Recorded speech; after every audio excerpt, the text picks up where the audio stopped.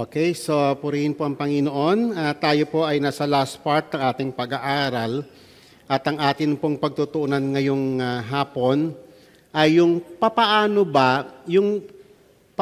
inordain ng Diyos yung kanya mga priest in the Old Testament.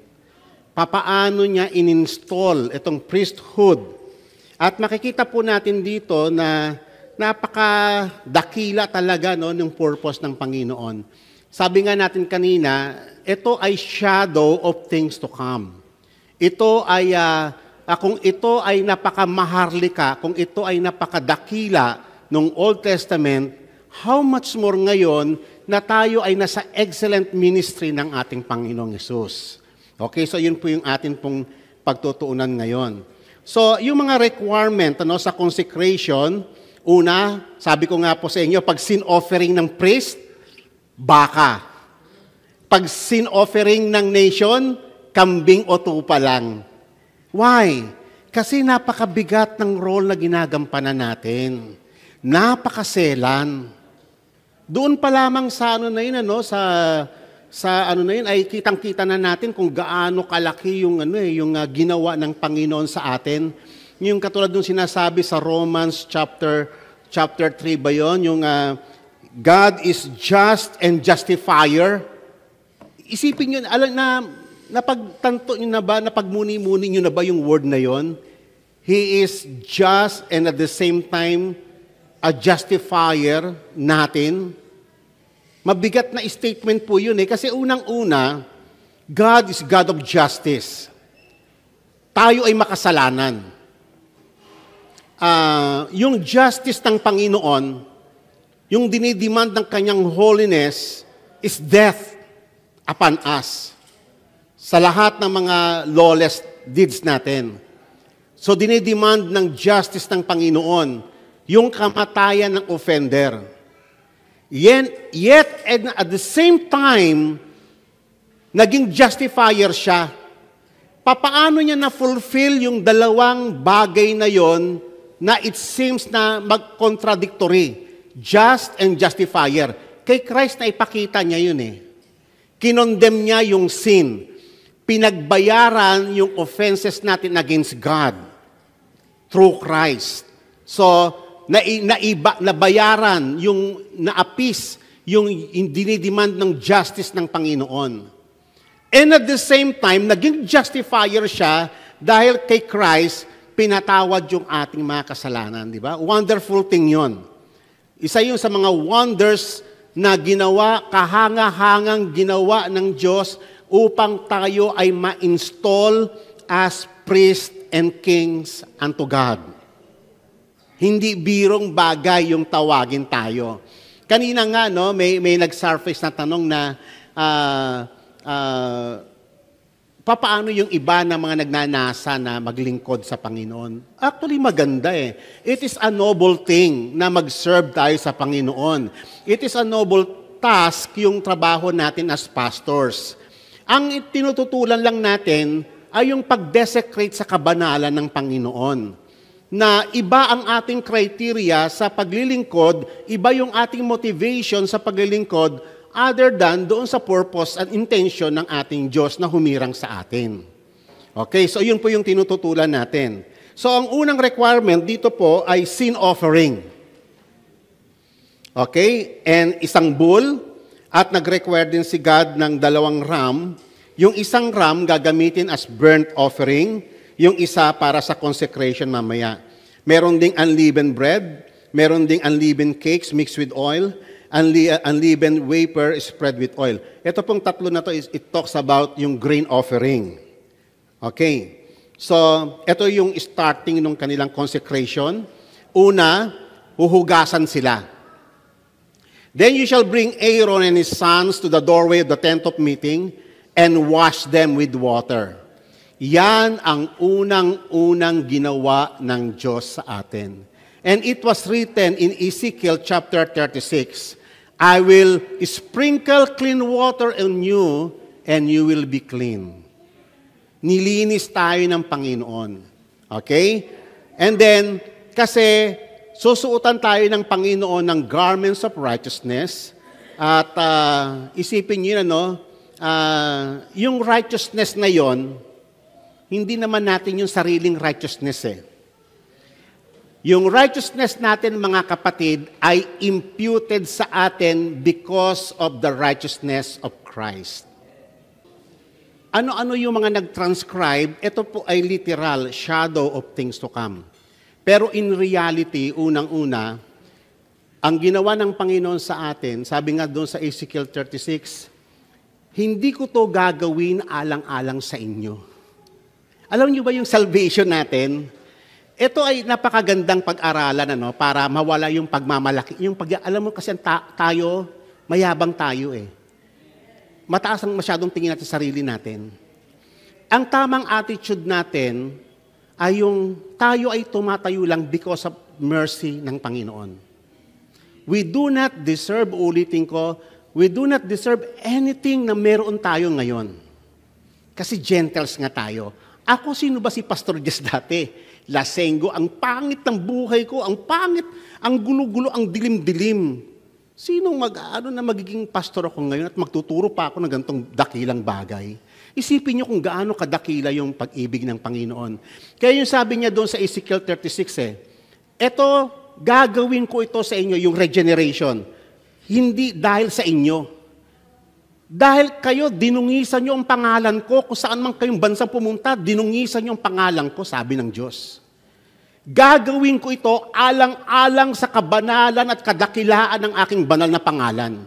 So, ibig sabihin ng salvation natin, ginawa ni God as vindication sa kanyang banal na pangalan na dinungisan natin. Para mahiya tayo sa ating mga sarili. Masyadong mataas ang tingin natin sa sarili natin. Akala natin deserving tayo. Minsan umasa tayo para tayong feeling entitled. No, we do not deserve anything. Yan ang tamang attitude ng lahat ng lingkod ng Panginoon. Okay. And then, sabi ng Panginoon, and then andun na siya, nag-start na siya sa pag-discuss niya, paano niya i-regenerate tayo. Una, lilinisin ko kayo, I will sprinkle clean water on you, and you will be clean. Pangalawa, I will remove the heart of stone and give you a heart of flesh. And I will remove yung rebellious spirit natin, and I will give you a new spirit na marunong mag-yield sa purpose at maging kaisa ng Panginoon sa kanyang mga layunin. So, yun po yung lahat po ng ito ay ginawa ng Panginoon so that tayo ay makatugon sa Panginoon. Isipin niyo po yung ating dating kalagayan. We were dead. We were dead because of our trespasses and sins. Ephesians chapter 2 verse 1. At ang isa pa sa matitinding declaration ng Bible, so from Ephesians chapter 2 verse 1 to 3, we were dead because of our sins and trespasses. We were children of wrath by nature, and we were all sons of disobedience. Iyan tayo.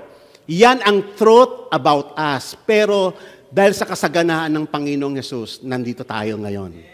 Amen? So, nilinisan tayo ng Panginoon, na-regenerate tayo, na-quicken ng ating spirit to the extent na pinaupo niya tayo sa heavenly realms. You are now seated in the heavenly places in Christ. So, mabigat po na mga declaration yan. At itong mga statement na to ay declaration ng what is reality.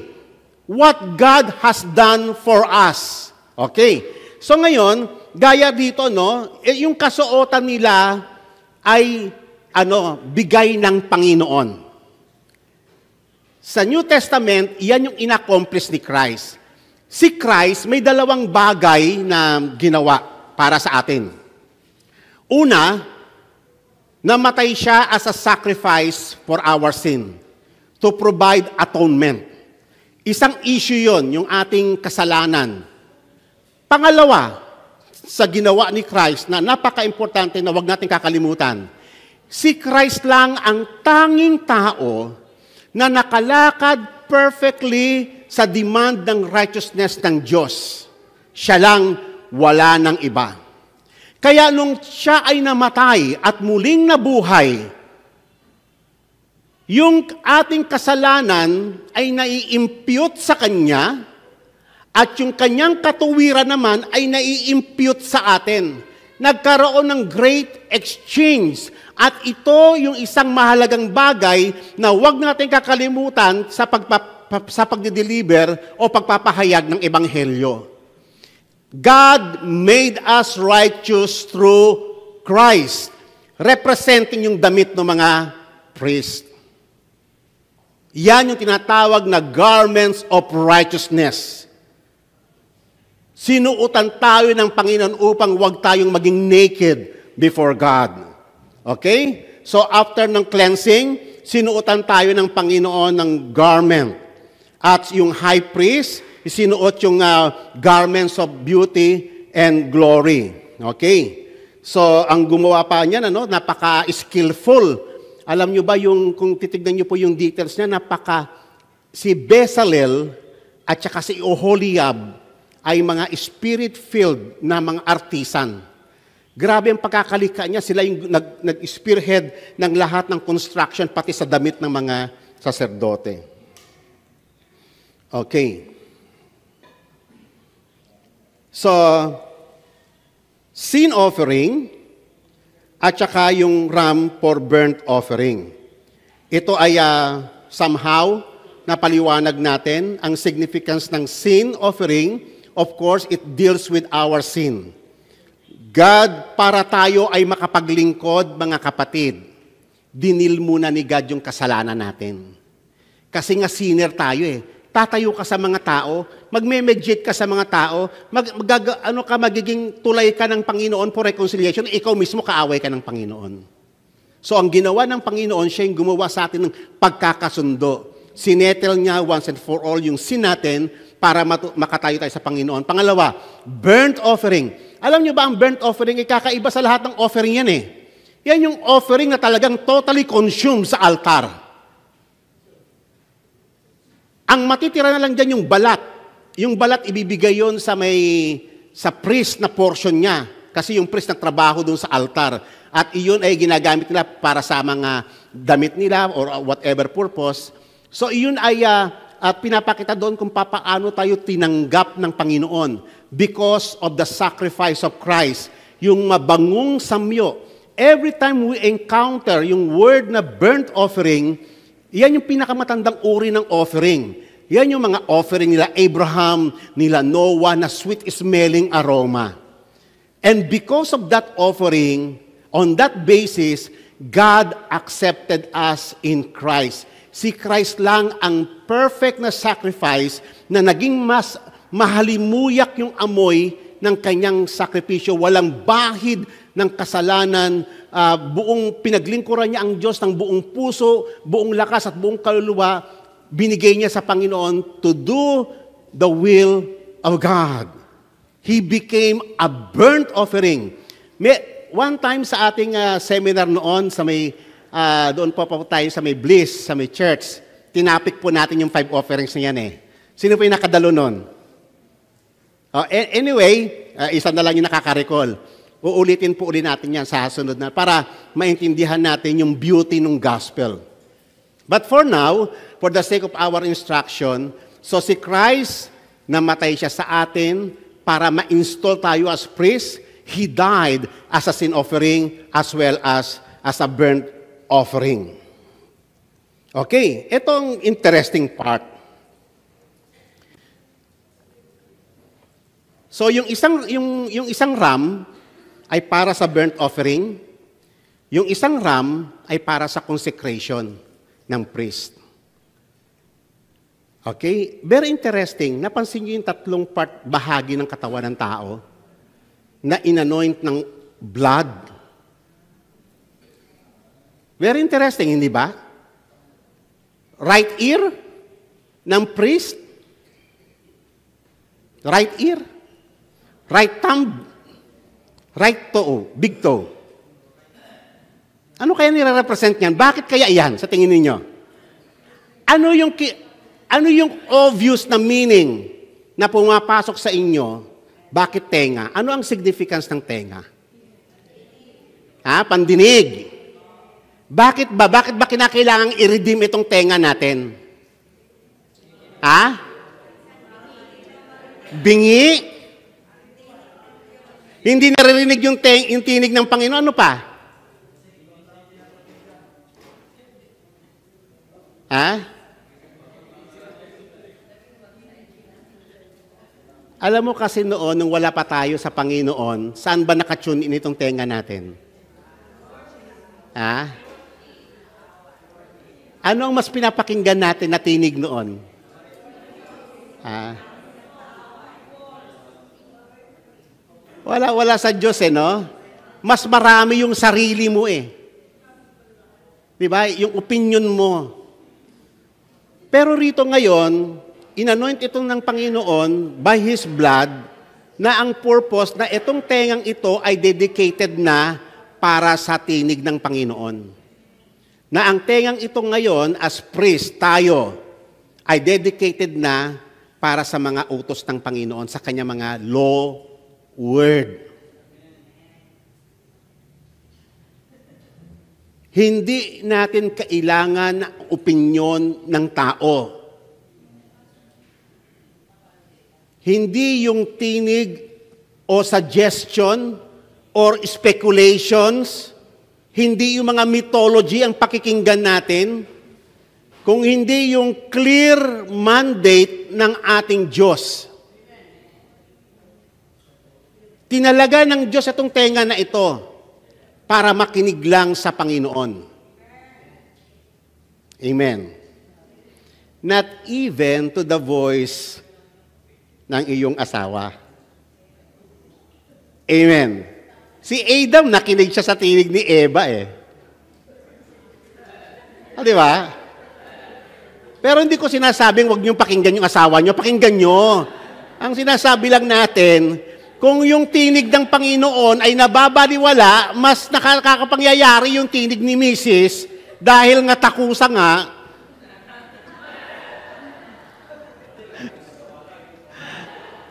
Diba? Ibig sabihin dito, Hear, O Israel, the Lord your God is one Lord. You shall love the Lord your God with all your heart, with all your soul, and with all your mind. Hear! Ang Panginoon, yung kanyang mga salita, yung kanyang mga tagubilin. Tatandaan natin sa pagde-deliver ng gospel, ay dapat ma-convey natin sa mga tao yung truth ni God. Yung truth of the gospel. Ano yung ginawa ng Diyos? Hindi.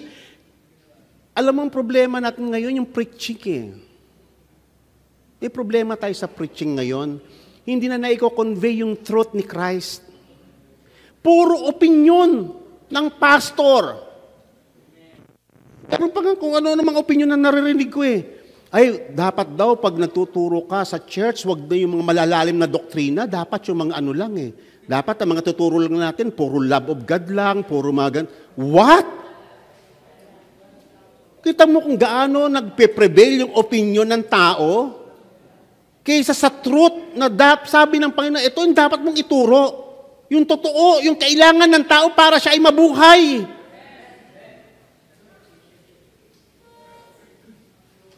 Mga kapatid, malaki ang problema natin sa pag-deliver ng gospel. Hindi na gospel Ito kasi may problema. Kaya napakagandang balikan ng Old Testament Kitang-kita mo dito sa Old Testament, dito mo lang makikita yun Nang inorder ng priest sa Old Testament, dinedicate yung tenga, kinonsecrate yung tenga para sa Panginoon Na makikinig lang ito, si God lang papakinggan niya, si Jesus lang, yung salita niya lang Ang pakikinggan Hindi kung ano mga doktrina na wala namang biblical basis. Di ba? O pangalawa, bakit thumb? Bakit thumb? Subukan nyo ngang humawak ng martilyo ng walang thumb. Maglagari kayo ng walang thumb. Try ninyo. Mahirap Mahirap magtrabaho pag walang thumb. So yung thumb, it represent yung buong kamay. At yung kamay, nire-represent niya yung alin? paggawa natin. So lahat ng ating gagawin sa ministry, sa church, ay dedicated sa purpose lamang ng Panginoon, wala nang iba. Huwag nating gagawin sa church yung hindi pinapagawa ng Diyos. Kung ano-ano minsan pinagagawa natin sa church eh. Diba? Kaya nga pa ulit-ulit natin itong nire-remind. Ang business natin, pag tayo ay nasa church o nasa pulpit, wala nang iba kung hindi yung business ng Panginoon. Yung interest ng kingdom niya. Yun lang. Huwag nating i-defile, huwag nating i-contaminate ito ng mga personal interest natin. Wala dapat. Totally si Christ ang ine-exalt natin sa church, wala nang iba. Fully dedicated sa purpose ng Panginoon. Amen. Okay. At bakit naman kaya hinlalaki ng paa? Subukan nyo maglakad ng walang hinlalaki. Try lang ninyo. Kulang yung inyong lakad. Kailangan yung kasi pag naglalakad kayo, yung ang kumukontrol sa lakad ninyo para makatapak ka ng tama. Tama? So what does it represent yung paa? Ano ang nire-represent ng paa? Yung walk. Ano kayang walk ang dapat nating lakaran? The walk of holiness. Yan sa may Bible yan eh. The highway of holiness. Di ba? Very symbolic yan eh, yung mga ano na yan eh.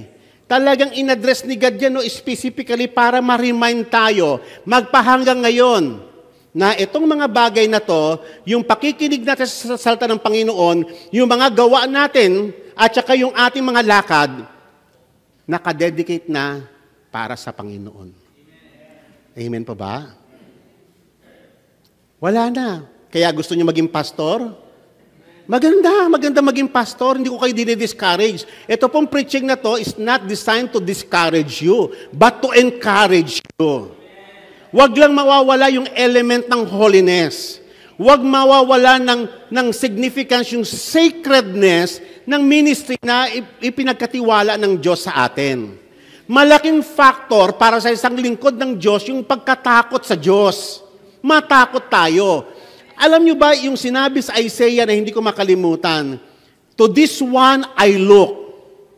Those who are contrite in spirit and humble in heart, and those who tremble before my words. Alam niyo ba yung word na yan ay kitang-kita mo na doon ano yung heart ng Panginoon. Yung marunong tayong manginig sa salita ng Diyos. Hindi yung nabasa mo na yung salita ng Panginoon eh. Ay hindi tama yan, mali yan, mas tama yun ito, yung pananaw ko.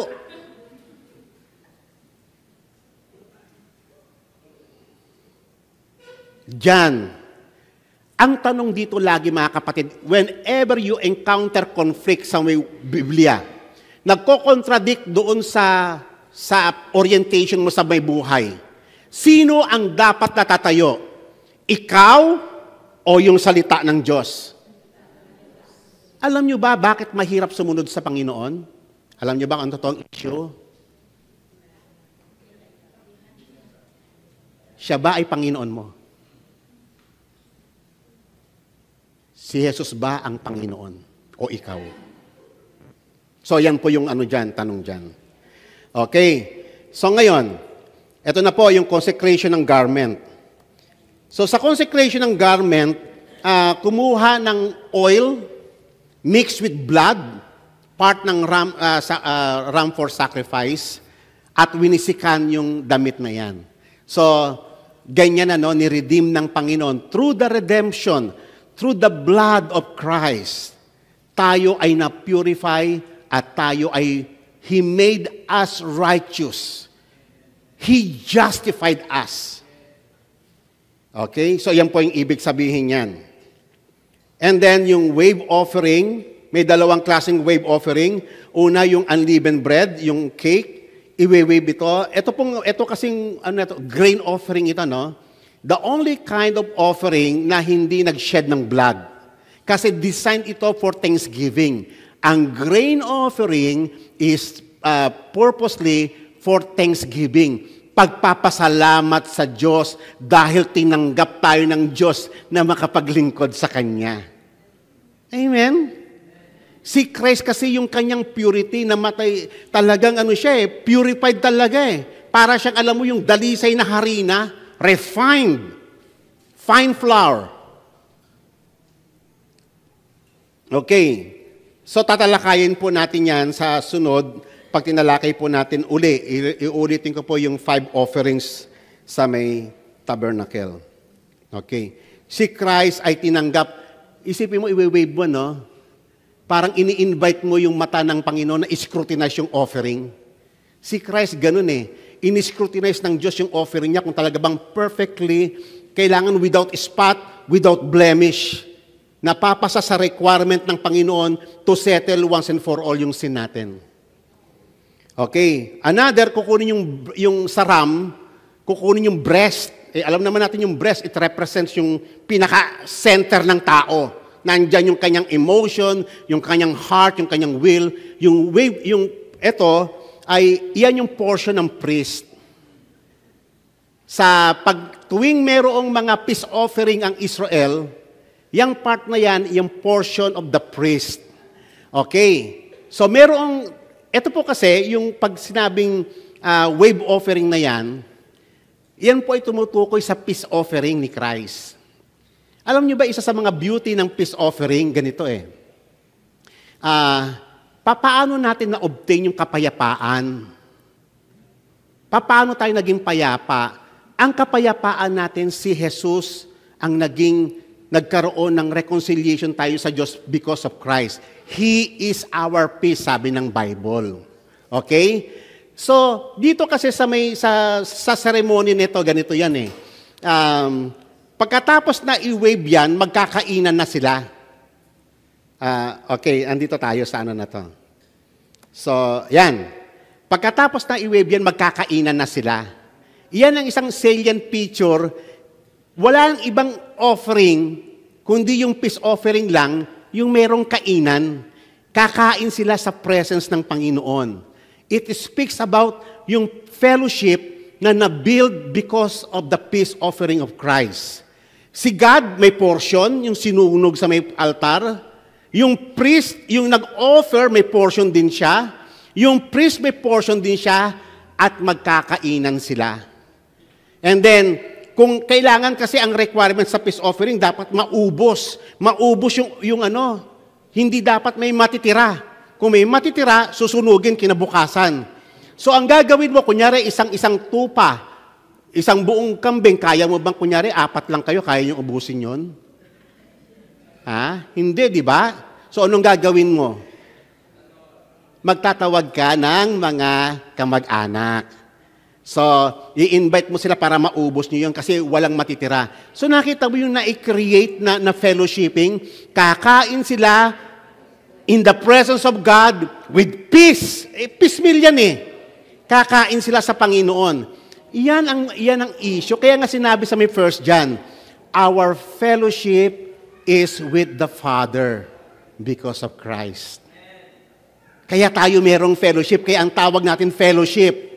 Pero pag tinanggal mo yung concept na tayo ay nagkaroon ng fellowship, nagkaroon tayo ng kapayapaan, pag tinanggal mo yung element na si Christ ang gumawa nun, dead. Amen? Kasi ang peace, unawain ninyo ang peace. Ang wicked, sabi ng Bible, there's no peace for the wicked. There's no peace for the wicked. Sa atin lang merong kapayapaan because of Christ. Yung peace ay nag-start sa Diyos, papunta sa atin, vertical. At ang result ng peace na yon ay horizontal. Nagkaroon tayo kasi ang tao, kayo ba nakakita na ng tao na ang dami niyang kagalit? Kaaway niyang mundo, siya lang ang tama, lahat ng tao sa paligid niya mali. Lagi siyang may nakikita, lagi may comment siya, si ganyan, bakit ganyan mga tao na yan? Yan, si lagi ganon. Alam mo, yun ay indication lamang ng kanyang reality sa loob. He is at war within himself. Ang ginawa ng Diyos, pinayapa niya tayo. Pinayapa yung peace that passes all understanding, yung kapayapaan ng Panginoon, pumayapa yung buong being natin, body, soul, and spirit. And then pumayapa rin tayo sa ating asawa. Pumayapa rin tayo sa ating mga anak. Pumayapa tayo sa kapitbahay natin. Pumayapa tayo sa community natin. Pumayapa rin tayo pati sa mga hayop. Yun yung effect ng peace of God. Papayapa ang lahat. Ang peace na yon ay hindi nag-i-start sa atin, nag-i-start doon because of Christ. Because He is our peace offering. Nagkaroon ng community, nagkaroon ng meal, nagkakainan tayo sa church. Kaya dapat walang sa church Dapat we enjoy yung peace. Di ba, ang sarap nung last Sunday nag-family day kami sa church sa ICC. Ang saya-saya. Ang saya-saya sa pamilya ng Panginoon. Amen. Nandoon ramdam mo yung kapayapaan, ramdam mo yung wala yung tinatago na galit sa puso. Kaya nga sabi sa Psalms 133, "Behold how good it is for the brethren to dwell together in unity." Sa mata ng Diyos, ipinakita yon. Psalms 133. Inarintulad na yon, yung unity sa church because of Christ. Inarintulad niya sa anointing ni Aaron, yung papaano yung oil binuho sa ulo, gumapang sa kanyang hair, sa kanyang beard, tapos gumapang sa kanyang, alam mo yung sa ephod niya, yung mga 12 stones doon. It is like the anointing on the head of Aaron. Dumaloy dito. Nakita nyo, no? Na-connect because of the anointing yung head sa body. Amen. Yun yung ginawa ni Christ sa atin. The effect of peace. Nagkaroon ng fellowship. It is beautiful in the sight of God na magsama-sama ang kanyang mga anak without any division, without any animosity among them, within them. Yun naman talagang design ng Panginoon. Amen po ba? Kaya sa church dapat dinidiscourage natin yung chismis, intrigahan, anything na nagkukos ng division. Dapat dinidiscourage natin kasi hindi yan ang trabaho ng church. Ang trabaho natin by the power of the Holy Spirit is to preserve yung peace and unity na ine-enjoy natin because of the work of Christ. Amen? Napakamahal ng binayad ni Christ para maging payapa lang tayo sa bawat isa. Ang mahal ng binayad, very costly. And yet, God gave us to us freely. Amen. Nakakahiya sa Panginoon na tayo magiging contributory factor para magkaroon ng kaguluhan sa loob ng church. Amen. Kaya tayo na mga pastors, no? Isa yan sa mga dapat alam natin. Kasi si God nakipagpayapa tayo, maging payapa rin tayo sa bawat isa. Okay. And then ito na po. After ng ordination, so 7 days sila na nag-stay sa presence ng Panginoon. 7 days nakakain sila, araw-araw sila mag-offering, araw-araw sila kakain sa presence ng Panginoon. 7 days yung ordination. And then, on the 8th day, yan na. On the 8th day, makikita niyo yan sa Leviticus chapter 8, na nag-start na silang mag-function. Leviticus chapter 9, nag-start na silang mag-function as priests proper. So, nag-start na sila, nag-offer muna sila ng sin nila, and then yung sin ng bayan, and then nag-offer sila ng burnt offering, nag-offer sila ng grain offering, nag-offer sila ng peace offering, nag-function na, pero wala pang apoy yung altar. Wala pang apoy. Kasi why? Saan dapat manggaling yung apoy? Galing sa Panginoon. Hindi man-made ang apoy. Yung sa altar na ginawa nila Moses, Aaron, ang apoy galing sa Diyos. Nung time ni Solomon, nung ginawa ang temple, ang apoy na tumupok sa sacrifice galing sa langit. Si Elijah, nung naggawa siya ng altar doon in contest kila Jezebel, kay mga false prophet, yung apoy galing sa langit. It pictures the wrath of God. Our God is a consuming fire. Yun yung puot na yon, yung naglalagablab ng puot na yon, yung magko-consume sa may offering. Yung offering must reduce into ashes. Pag sinusunog yung mga karne doon, walang dapat maiiwan kahit a tiny bit of yung meat. Lahat dapat ma-reduce into ashes. Yan ang requirement ng Diyos pag sinusunog yung mga offerings. And then, kaya nga may mga shovel sila. Kukunin yung lahat ng ashes, titipunin lahat yon, at merong jar doon. Ilalagay lahat ng ashes sa may jar. At yung jar, ilalagay, kunyari ito yung altar ng brazen altar, kunyari yan yung east, dyan ilalagay sa tapat ng east yung jar ng ashes. Bakit kaya? Bakit east? Anong significance ng ashes na yon? Yung ashes kasi na yon, evidence yun na yung sacrifice is completely consumed. Completely satisfied yung holy requirement ng justice ng Diyos. Evidence yung ashes, ilalagay dito sa point ng east. Bakit east? Kasi doon yung Garden of Eden. Saan tayo nagmula? Pinalayas tayo ng Panginoon. Ngayon, nilagay yon as a token na si Christ, yung naging restoration natin sa may paradise. Alam nyo ba, na-restore ang paradise through Christ? Oh, parang hindi kayo makapaniwala, oh. Uulitin ko yung tanong. Hindi nyo ba alam na na-restore na ang paradise through Christ? Kung ang inaakala nyo ang paradise ay yung mga luntian, yung may mga puno na parang ganito, nagkakamali kayo. Ang paradise is the kingdom of God. Makikita mo yan sa may Book of Revelation. Nandoon lahat sa may Book of Revelation, nandoon yung river of life, nandoon yung mga tree of life. Pero kingdom of God ang nandoon. Yun ang paradise. Ni-restore tayo ng Panginoon. Kasi ang paradise is kung nandoon yung presence ng Panginoon, where heaven and earth meets together. Na i-restore tayo. Yung langit ay na-connect muli sa lupa na makasalanan, na nagrebelde sa Diyos. Si Christ ang naging connecting link natin because of His peace offering. Amen? So, ito yung fire. And then, from that time on, the glory of the Lord appeared to all the people.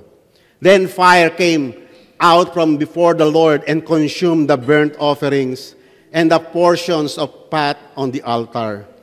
And when the people saw it, they shouted and fell on their faces. So nakita po natin mga kapatid na importante yung apoy na yan. Kasi yung apoy na yan, na galing sa Panginoon, na nagre-represent ng puot ng Diyos, yan ay witness na si God na apis yung kanyang puot. Kaya lahat ng mga, kunyari, magsisindi ng insenso sa loob ng tabernacle, magsisindi ng golden lampstand, ang apoy kukunin dito. Hindi kung saan-saan. Hindi man-made yung apoy. Galing yan, tinupok muna yung sacrifice, at tapos matupok yung sacrifice, saka palabang kukuha ng baga, pangsindi ng insenso, pangsindi ng golden lampstand, every morning and every evening, araw-araw. Ngayon, pag-usapan natin yung kasalanan ng anak ni Nadab at Abihu. Yung unang-unang priest na tinalaga ng Panginoon. Ito ay mahalaga para makita natin yung ating mga sarili na kung gaano kaseryoso sa Diyos yung kanyang kabanalan. Sino si Nadab at Abihu? Sila yung apat ang anak ni Aaron. Yung dalawa kasi bata pa. Pero itong dalawa neto medyo matured na, kaya sila na yung nagtatrabaho na sila sa napakasela na trabaho ng priesthood. Okay. So ngayon, bago natin pag-usapan yung kasalanan na dapat Abihu, sa Leviticus 1-7, pinag-usapan itong 5 sacrifices. Tinuruan sila isa-isa kung ano yung significance ng offerings na yan. Napaka-crucial. Dapat alam nila. Kunyari, burnt offering. Ano yung part na nire-require ng Panginoon? Ano yung procedure ng pag-splatter ng dugo? Iba-iba. Iba-iba yung paano yung application ng blood. Iba-iba yung parts na nire-require ng Panginoon.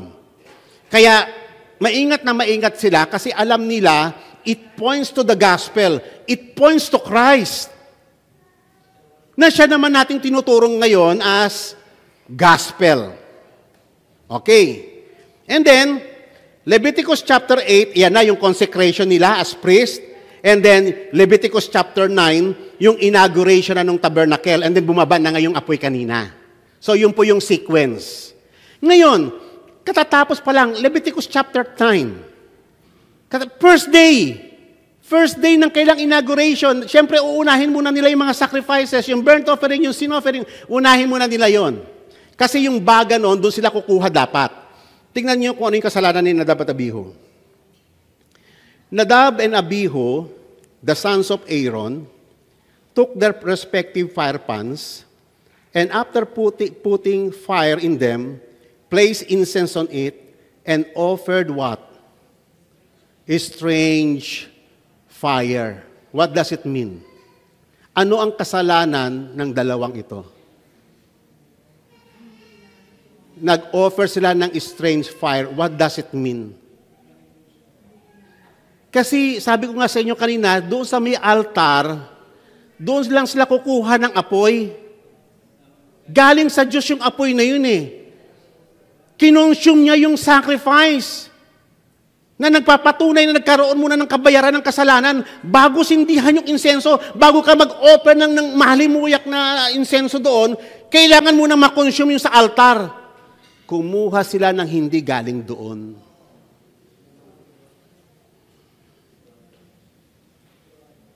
Despite ang naitrain sila. Ang tawag dyan, desecration of the holiness of God,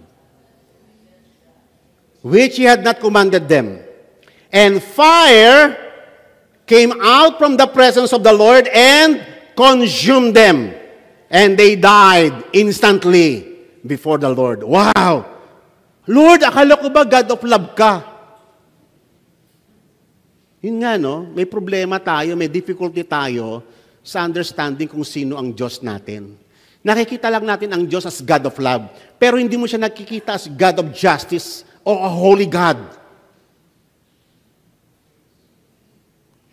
Hindi natin nakikita yon. Ito po ay sample na pinakita ng Panginoon at ano ang message ng Panginoong Diyos dyan? Sa pag-willfully ignore yung divine mandate, ano ba yung implikasyon ng kasalanan iyon?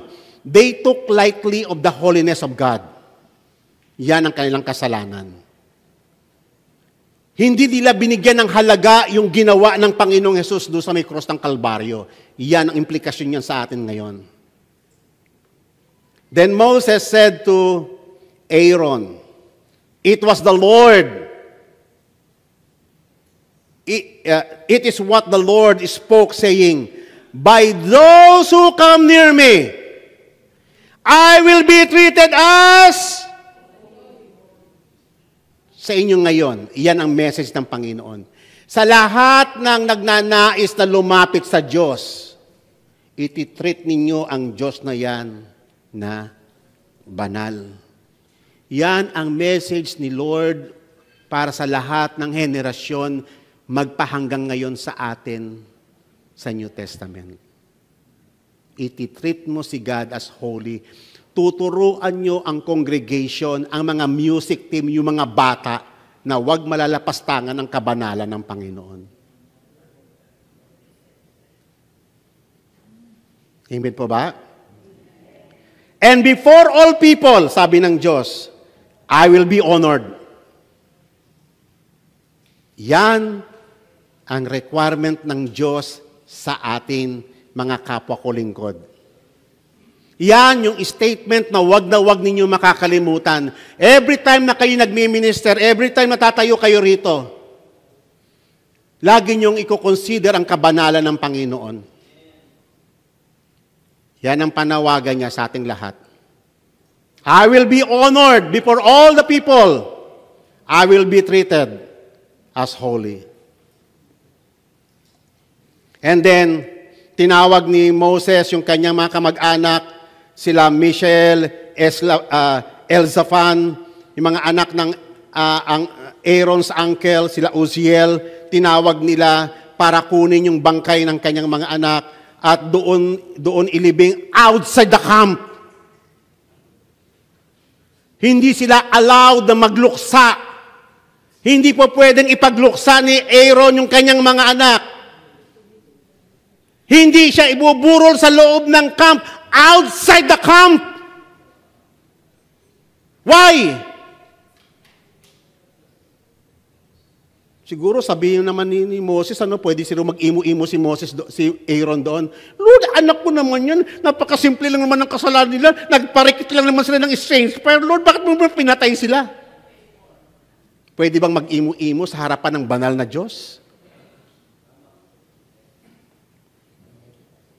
Then Moses said to Aaron and to his sons, Eleazar and Itamar, yung natitira niyang mga anak, do not uncover your heads. Huwag kayong magpapakalbo kasi yan yung mga parang, alam mo, pag nagpakalbo ka, parang sign ng rebellion mo yan against God eh. Huwag kayong magpapakalbo, huwag kayong mag-shave ng inyong hair so that you will not die. Pati kayo, baka kayo madamay kayo. That you will not become wrathful against all the congregation. Let your kinsmen and the whole house of Israel shall bewail the burning which the Lord has brought about. You shall not even go out to the doorway of the tent of meeting, or you will die. Aaron, Eleazar, and Itamar. Huwag kayong magluluksa. Huwag kayong mag-aahit ng inyong buhok. Huwag kayong lalabas sa doorway of meeting. Otherwise, mamamatay kayo. For the Lord's anointing oil is upon you. So they did according to the word of Moses. May space ba ang emotion? Ha? Pero isipin mo yun, di ba? Pag ikaw inilibing ka outside the camp, ang bigat kasi ng hindi simpleng offense yan. It is a willful. It is a voluntary sinning. Hindi nila ni-regard ang kabanalan ng Panginoon. Despite na ipinakita ang tiyaga ng Diyos, tinuruan sila isa-isa kung ano yung mga offerings na yon, yung significance ng lahat ng iyon. Tapos ganun-ganun lang gagawin nila. It is a desecration. It is profanity. Desecration of the holiness of God. Then the Lord spoke to Aaron saying, do not drink wine. Huwag kang magalasing. Di ba? Siyempre, sawing palad si Aaron eh. Ano ko ni? No. You are not allowed na magluksa. Hindi ka allowed na magkalpakalbo. Hindi ka allowed na lumabas. Hindi ka po pwedeng maglasing. Neither you or nor your sons when you come to the tent meeting, or so that you will not die. It is a perpetual statute throughout your generation, so as to make distinction what is holy and what is profane. Amen. Hindi nakapagsalita si Moses, si Aaron. Hindi nakapagsalita si Aaron. Bakit? Bakit hindi allowed na Kasi sino ba ang Panginoon? Si God ang Lord. He is Lord. Kaya dito, our opinion Hindi yan ang nagmamatter. Kung ano yung sinabi ng Lord natin, kung ano yung law word niya, iyon ang makapangyayari.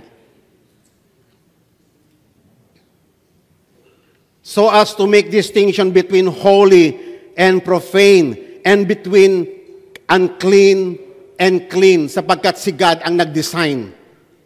Siya ang nag-determine, siya ang nag-define ng mga bagay kung ano ang malinis at kung ano yung marumi sa harapan ng Panginoon. And so as to teach the children of Israel all statutes which the Lord has spoken to them through Moses. Another warning sa atin. Remember the sins ng isang another high priest, the sons of Eli. Now the sons of Eli were worthless men. Mga saserdote rin ito. They did not know the Lord, nor the custom of the priest with the people. When any man was offering a sacrifice, the priest servant would come while the meat was boiling. Hindi pa naihandog sa Panginoon. Hindi pa tapos yung peace offering. While the meat is boiling, the 3-tonged fork in his hand, then with the 3-pronged fork in his hand, then he would thrust it into the pan or kettle or cauldron or pot, and all the pork brought up by the priest would take for himself. Siya na namimili, wala nang offering kay Lord. Thus they did in Shiloh to all the Israelites who came there. Nilapastangan yung mga offerings sa Diyos. Ilan kaya sa mga pastors na akala niya yung offering sa church o para yung sa kanya?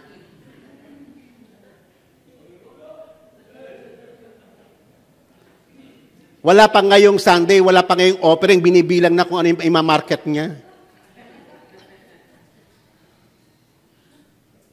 Mga kapatid, hindi po atin yan.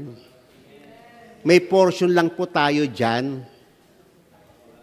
Amen? Yan po ay that all the tithes are holy unto the Lord. Holy unto the Lord. Sa Kanya yan. Huwag natin ikokobet yung Kanya. Meron tayong portion na dinesignate ang Panginoong Diyos din sa Kanyang scriptures para sa Kanyang lingkod. Pero hindi lahat yan dapat magamit yan for the purpose ng kingdom ng Panginoon as a whole. Amen? I-offer natin sa Panginoon. Then, anong ginawa ng Panginoon? So, also, before they burned fat, the priest servant would come and say to the man who was sacrificing, "Give the priest meat for roasting, as he will not take boiled meat from you. Only raw." Gusto ko yung juicy. Gusto ko yung hilaw. Ayoko yung na boil. If the man said to him, "They must surely burn the fat first, and then take as much as you desire," then he would say, "No, but you shall give it to me now, or if not, I will take it by force." Nakita niyo yung attitude towards offering. Paglapastangan. Ito po ay, bagamat ngayon wala na yung animal sacrifices, wala na yung mga ganito eh. Pero wag pa rin natin i-covet yung hindi sa atin. Amen? I-offer muna natin whatever offering sa church na nalilikom natin, sa Panginoon muna yan. And then may portion yung mga lingkod ng Panginoon. Thus the sin of the young men was very great before the Lord, for men despise the offering of the Lord. Yan, mga example. Kung gusto niyo pang makakita kung ano ang mga sacrilege na mga yung sa Malakay, yan, sinumbatan ng Diyos from Malakay chapter 1, I think, hanggang Malakay chapter 2. And then yung judgment ng Panginoon sa mga signs ni Eli, ganito. "This will be the sign to you which will come concerning your 2 sons." Sabi niya kay Eli, sabi ni God, Hophni and Phinehas. "On the same day, they both of them will die." Sabi sa verse 11, "And the Lord said to Samuel, Behold, I'm about to do the thing in Israel which both ears of everyone who hears it will tingle. In that day, I will carry out against Eli and all that I have spoken concerning his house from beginning to end. For I have told him that I am about to judge his house forever. For the iniquity which he knew, because his sons brought a curse on themselves, and he did not rebuke them. Yan, yung may mga anak na hindi nire-rebuke yung mga anak sa church. Amen. Hinahayaan na lang nila yung mga anak nila. Napaka-powerful na ng mga anak nila sa church na para bang kanila yung church. At hindi sinasaway ng pastor. Amen. Minsan, mga misis ng pastor, overpower na, parang sila na yung nakapangyayari doon sa may church. Hindi dapat ganon. Dapat nandoon yung kabanalan ng Panginoon, yung takot sa Diyos. Therefore, I have sworn to the house of Eli that the iniquity of Eli's house shall not be atoned for by any sacrifice or offering forever. Nakakatakot, ano? Wala nang sacrifice. Wala nang sacrifice. Wala nang mercy. Wala nang atonement para sa kanilang kasalanan. Alam niyo ba kung ano yung naging judgment sa kanila, sa mga sons of Eli? Naalala niyo nung nagkaroon sila ng battle with the Philistines, na agaw ng Philistines yung Ark of the Covenant? Yun. Naagaw ng Philistines yung Ark of the Covenant. Tapos si Eli, nung nabalitaan niya na na-capture yung ark, di siya makapaniwala. Sa sobrang bigat niya, obis na obis, bumagsak, nag-crack yung leeg, patay. Tapos si Hophni at si Pinihas, na may bitbit ng Ark of the Covenant, akala nila magtatagumpay sila, dala-dala nila yung Ark of the Covenant, nagkandamatay sa digmaan. The same day. Tapos ipinanganak yung asawa ni Hophni yata o ni Pinihas, nanganak ang pinangalan Ikabod. Ang ibig sabihin, the Lord has departed. Iniwanan na sila. Yung priesthood na sa lahi ni Eli, na-cut off na. Na-cut off na. At naisalin na sa ibang pamilya. Nag-end yung Aaronic priesthood. Okay? So, ang babala sa atin sa Hebrews chapter 10. If we go on sinning willfully, after receiving the knowledge of the truth, there no longer remains a sacrifice for sin, but a terrifying expectation of judgment and the fury of a fire which will consume the adversaries. Anyone who has set aside the law of Moses dies without mercy on the testimony of 2 or 3 witnesses. How much more severer punishment do you think he will deserve who has trampled underfoot the Son of God? Oh, yun yung implikasyon ng kasalanan, yung willful sinning. Tinatapakan natin ang Panginoong Yesus. And regarded as unclean the blood of the covenant, by which he was sanctified, and he has insulted the Spirit of grace. Ano nga pa namang klaseng offering? Wala na. Si Christ lang ang the only atonement na provided by God for the remission of sin. Eniyurakan. Yung grace lang ng Panginoon ang tanging pag-asa ng mga tao upang siya'y mahango sa kanyang na insulto. Yung blood ni Christ, yung blood of the covenant, ay lumalabas na walang kapangyarihan sa kanilang buhay. Amen? Kaya nga, sabi rito sa may verse 30 and 31, for we know him who said, vengeance is mine, I will repay, and again, the Lord will judge his people. It is a terrifying thing to fall into the hands of the living God. Minsan, mas takot na takot tayo kay Satanas Mas kesa sa yung takot tayo sa Diyos. Isa sa mga malaking kasalanan ng mga tagapagturo ngayon, yung ni-reduce niya yung meaning ng fear of God. Hindi, ang fear of God ngayon, ano na lang yan? Reverential fear. Yes, totoo naman, merong element ng reverential fear, yung fear of God eh. Pero yung fear na sinasabi ng Bible, talagang katakutan mo si God because God is a consuming fire. Talagang dapat kang matakot kasi sa may Bible ang daming example dyan. Sila Korah, Dathan, Abiram, mga Levites yan, pinatay ng Panginoon. Apoy ang tumupok sa kanila. Nadab at Abihu, apoy din ang pumatay sa kanila. Our God is a consuming fire. Dapat ma-instill yung takot. At iyan yung sinasabi ng Panginoon na ituro nyo sa congregation that your children might fear the Lord, your God. Minsan hindi na tinuturo yan yung mga ganyan. Yan pa naman yung mga mahalaga eh. Integral part ng preaching natin yan. Pag tinanggal nyo na yung mga element na yan, tignan nyo yung mga generations sa church, magiging mga wala nang takot sa Diyos. Lapastangan sa Diyos.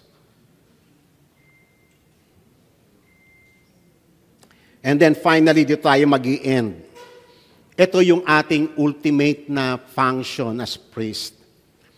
Alam nyo ba mga kapatid, mahalaga, matapos na masanctify itong tenga natin, na makinig lang sa tinig ng Panginoon, ang pastor, ang minister, talagang, kasi dedicated na siya consecrated na siya for the purpose of God. Dapat ang buhay niya, nilalaan niya na sa pag-aaral ng salita ng Panginoon. Sa kanyang salita, ang sabi rito, my covenant kay Levi may continue, says the Lord of hosts. My covenant with him was one of life. Magtigil muna tayo doon. Alam niyo ba yung ating ministry na ginagampanan? Ang dala-dala natin ay buhay sa taong patay. We bring life.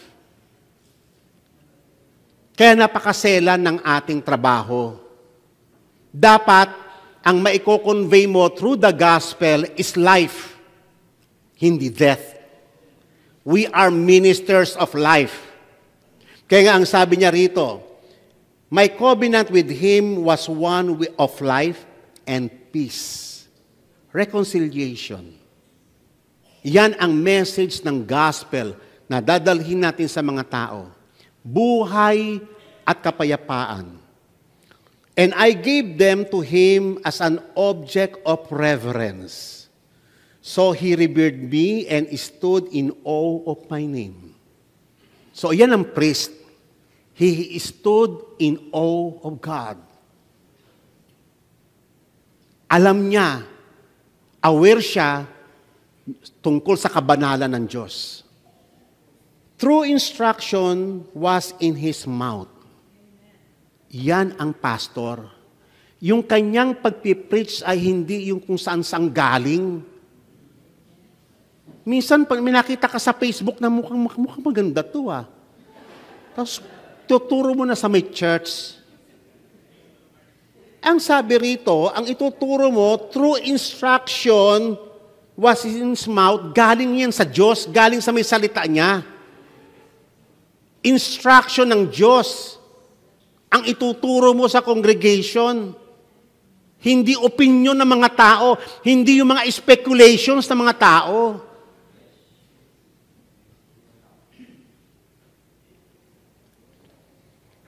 And unrighteousness was not found in his lips.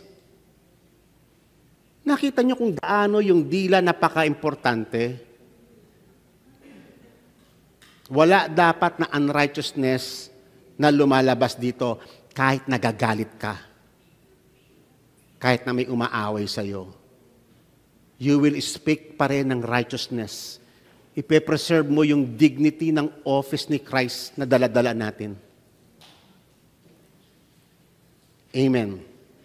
Nakita niyo si Aaron, nung pinatay ng Diyos yung mga anak niya, silent lang siya. Nag-yield siya kasi yung kausap niya is Lord. He is Lord.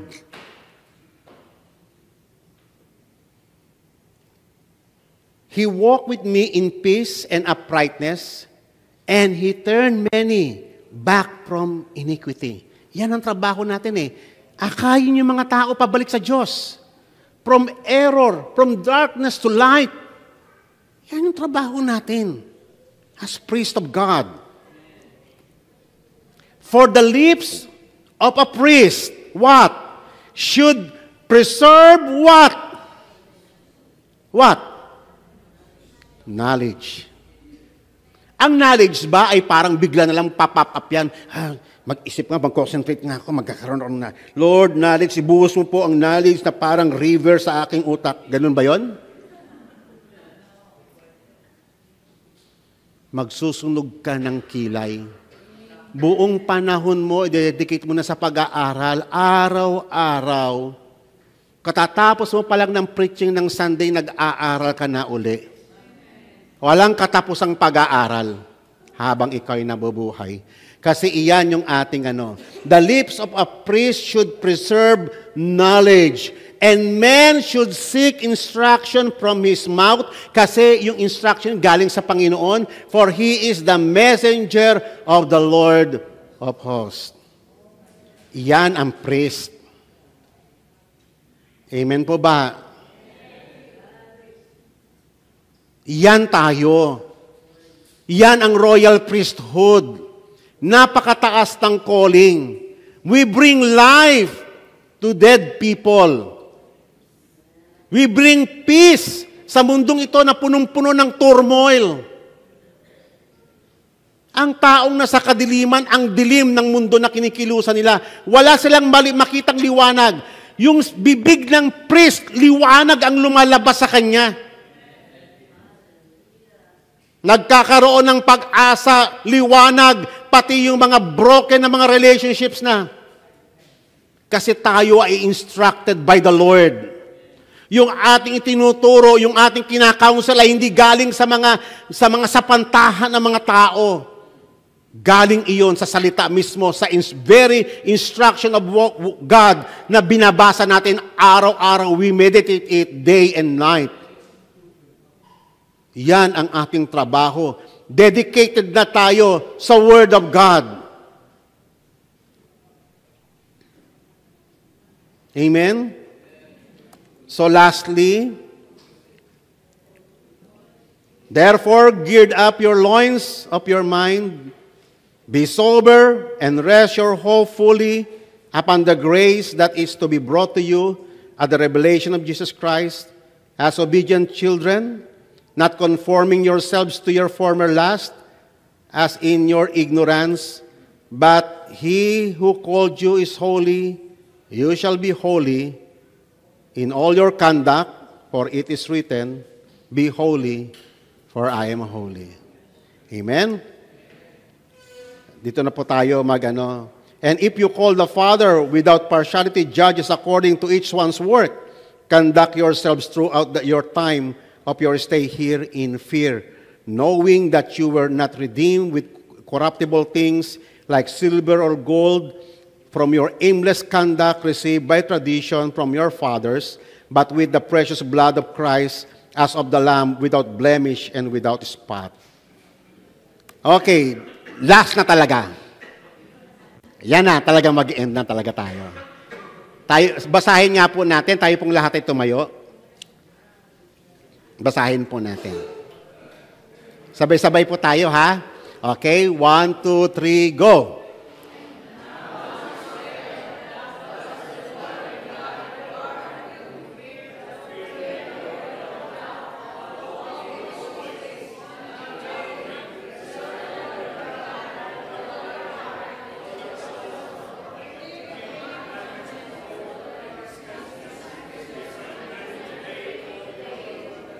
Amen. May requirement ng Panginoon, May requirement siya. Okay, let us pray. Ama, nagpapasalamat kami sa iyong kabutihan na kami ay kinahabagan mo na maunawaan po namin ang iyong mga salita, ang pagkakahirang mo sa amin, kung gaano kalaki yung habag at masagana mo kaming pinatawad, pinalaya, binago, alang-alang lamang na kami makapaglingkod sa iyo. Lord, ang lahat ng aming tinatangkilik sa iyo ay hindi galing sa amin. Ito ay galing sa iyo to serve your holy purposes, O God. Lord, kahabagan mo po ang mga bayan na nire-represent namin. Ang Tarlac, ang Rojas, ang Tugigaraw, ang Ilagan, at iba pang kung saan man naroroon ang aming mga kapwa lingkod. Kahabagan mo po, Panginoon, at lingapin mo po ang aming bansang Pilipinas. Mahabag ka po, Panginoon, sapagkat rampant po ang lawlessness sa aming bayan. At ikaw lang po ang tanging pag-asa naming lahat.